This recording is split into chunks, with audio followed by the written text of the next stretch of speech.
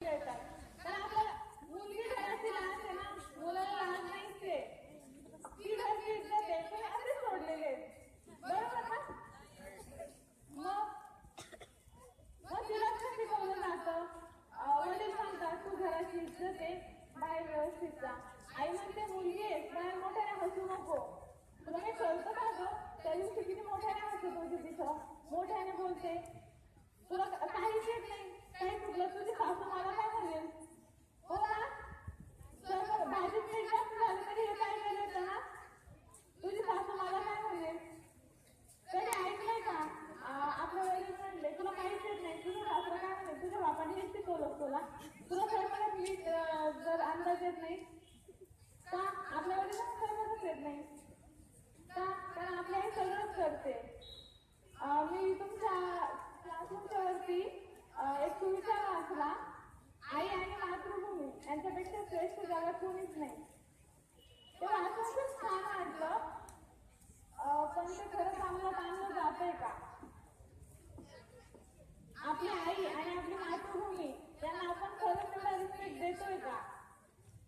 आपण आपल्या बहिणींना रिस्पेक्ट देतोय का? अरे हो नाही, काहीच नाही. खरंच देते कसा कसा काहीच नाही. आमच्या नाना सगळ्याला झुकलेल्या.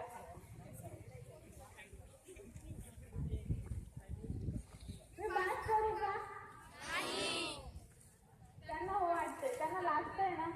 पहिल्यांदा कसं झालं, कुणीतरी आलंय आणि तुम्हाला चांगलं म्हणताय आणि ते. पण मला तुम्हाला विचारायचंय, का असं झालंय? आम्हाला इथे येऊन हा सेमिनार का द्यावा लागतो? मला तर नाही आवडत, अजिबात पण नाही आवडत आहे. आम्ही इंजिनिअरिंग करतोय, त्याचा काही संबंधच नाहीये. घरच्यांनी प्रश्न विचारला, तुम्ही हा प्रोजेक्ट करताय, तुमचा याचा अभ्यासाचा आणि या प्रोजेक्टचा काय संबंध आहे? आम्ही म्हटलं काहीच नाही. म्हणे का करताय? मला पण प्रश्न पडला, घरच्यांना काय उत्तर आहे? हा प्रोजेक्ट आम्ही का करतोय? आता जर मी घरच्यांना म्हटलं मी मुलींसाठी करतोय, तर मला घरचं सगळं स्वातंत्र्य आहे. मी मुलांबरोबर फिरते, माझ्या घरच्यांना मान्य आहे. एक मुलगा आणि एक मुलगी मैत्रीण असू शकते, मित्र असू शकतात. मग तुम्हाला हे तुमच्यासाठी का करावं लागतंय? हौस आहे का मला? तुम्हाला स्वतःचं संरक्षण स्वतः नाही करता येते. तुमच्यासाठी कोणीतरी इथं येतं, 4 मुलं उभी राहतात, भाषण देतात, तुम्ही ऐकता आणि बस काहीच नाही. आम्हाला घरी गेल्यावर जे करायचे ते करायचे. आम्हाला तेच प्रॉब्लेम परत परत फेस करायचे का? काहीच नाही. आम्हाला काय फरक पडतो? आमचं भारी आहे, 2 लेक्चर झाले नाही तसं खूप बोर झालं होतं. बरोबर ना? मग मला मुलींना विचारायचंय, आपण खूप प्रॉब्लेम फेस करतो, बरोबर आहे? तुम्हाला म्हणजे कोणी सांगणार का तुम्हाला काय काय प्रॉब्लेम आले तरी? कोणी त्रास देतं किंवा आई सांगते की असं वागू नको, काहीच नाही आजपर्यंत. म्हणजे मी सुद्धा खूप फेस केलेलं आहे की मुलं छेड काढतात वगैरे, तुम्हाला कोणी त्रास नाही दिला? किती छान गोष्ट आहे. तुम्ही सगळी मुलं खूप छान आहेत, की मुलींना अजिबात त्रास दिलेला. मुलांसाठी एका टाळ्या वाजवा बरं.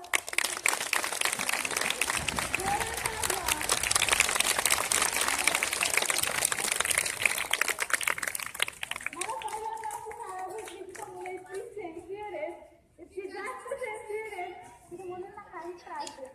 वाव.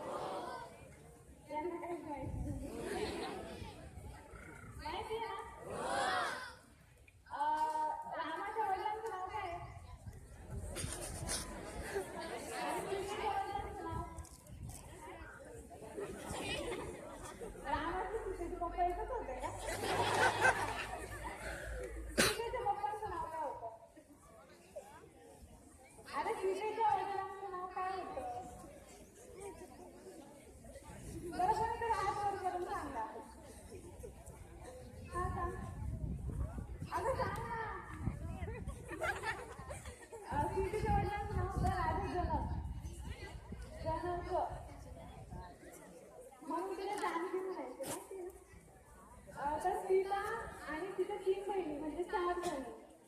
तर राजाला 4 मुली होत्या आणि राम लक्ष्मणचे सगळे 4 भाऊ. मग राजा कसं आपल्या मुलींचं लग्न करण्यासाठी म्हणून राजा जनकाकडे गेला आपली मुलं घेऊन की तुमच्या मुली द्या माझ्या मुलांसाठी. आपल्याकडे कसं असतं मुलीचा बाप म्हणतो की मुलाच्या बाबाच्या पाया पडायचं काय झुकलेला असतो मान्य ना ते काय म्हणतील ते मान्य. आम्ही मुलगी पण देतो पैसा सगळं आमचं घेऊन जा तुमच्याकडे काहीच नाही असं असतं. तर आणि राजा कसं आला आणि सीतेच्या पप्पांचे पाय धरले त्याने पाया पडला. मग त्यांना थोडं वाटलं भीती वाटली अरे हे काय. मग ते म्हटले तुम्ही जर नवरा करायचे दिले तुम्ही असं काय करताय माझे पाय का पकडताय. अरे मी गोष्ट सांगते ए छोट्यांनो चिल्ले पिल्ले गोष्ट सांगते. तर राजा दशरथचे राजा दशरथने पाय धरले. मग त्यांना असं वाटलं की मुलाच्या बापासून आपले पाय का धरतोय. मग जनकाने राजा दशरथांना प्रश्न केला तुम्ही मुलाचे वडील तुम्ही असं का करताय. तेव्हा ते म्हटले जगातली सगळ्यात मोठी संपत्ती तुमच्या मुली तुम्ही मला देताय तुम्ही तुमचं सर्वस्व देताय. मग तुम्ही देणारे मी घेणारा मी गरीब मी भिकारी तुम्ही तुमचं सर्वस्व देताय म्हणून मी तुमचे पाय धरतो. जर तो इतिहास आपण इतिहास ऐकतो मान्य करतो आपण तो इतिहास मान्य का नाही करत. आपण आपल्या घरात मुलींना ते स्थान का नाही देत हा प्रश्न आहे आपल्यासमोर. तर मला वाटतं सगळे खूप कंटाळे आता आणि मला लेक्चरसाठी खूप इंटरेस्ट आहे. तर मी सांगते तुमचं सर्व टीचर्सचे मी आभार मानते की त्यांनी आम्हाला इथून बोलण्याची संधी दिली. तुमच्या सगळ्यांचे आभार की तुम्ही आमच्यासारख्या बोरिंग लोकांना ऐकून घेतलं ते तुमच्यासाठीच होतं. त्याच्यामुळं मी थँक्यू तुम्हाला म्हणणार नाही आहे. तुम्ही तुमच्या टीचर्सला थँक्स सांगते आणि कार्यक्रम संपवू द्यायचे.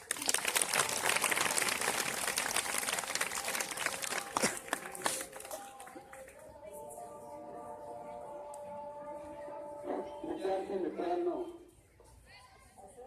आज खरोखर एक आगळं वेगळं सेमिनार आज आपल्याला ऐकायला मिळालं जी काळाची गरज आहे. महिला सक्षमीकरण हा यांचा मुख्य विषय आहे. पण माझ्या विद्यार्थी आपण हे पण लक्षात ठेवा नाना पाटेकरचा फार सुंदर चित्रपट येऊन गेला. चित्रपटाचं नाव आपण नंतर बघू की असंच एका स्त्रीवर अन्याय व्हायची वेळ की नाना पाटेकर समोर उभे असतात आणि नाना पाटेकरला ती स्त्री विनंती करते अरे मला सोडून दे रोज तुला जेवण देते हे पुरवते ते पुरवते तो मुलग विनंती करतो आणि माझ्या आईला सोडव. नाना पाटेकर सोडवायला जात नाही.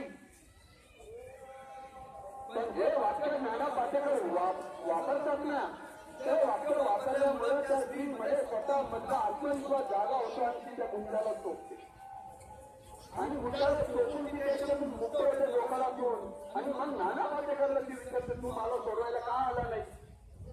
त्यावेळेस नाना पाटेकर एक वाक्य फार सुंदर बोलतात आज मी तुला सोडलं असतं तर उद्या कोण सोडवायला आला असतं. निश्चितच माझ्या मुलींना आपण जे महिला सक्षमीकरणासाठी आपण जे तयार करण्याचं कार्य केलं आणि भविष्याचं असंच कार्य आपल्याकडून हो ही शुभेच्छा आम्ही तुम्हाला देतो. आणि निश्चितच माझ्या मुली त्या भविष्यात सक्षमच बनतील. किती उंचावर मुलगी गेली तरी ती मुलगीच असते कारण ती वडिलाचा पोट पाहते आणि मुलगा मात्र वडिलाचा खिस्सा पाहत असतो.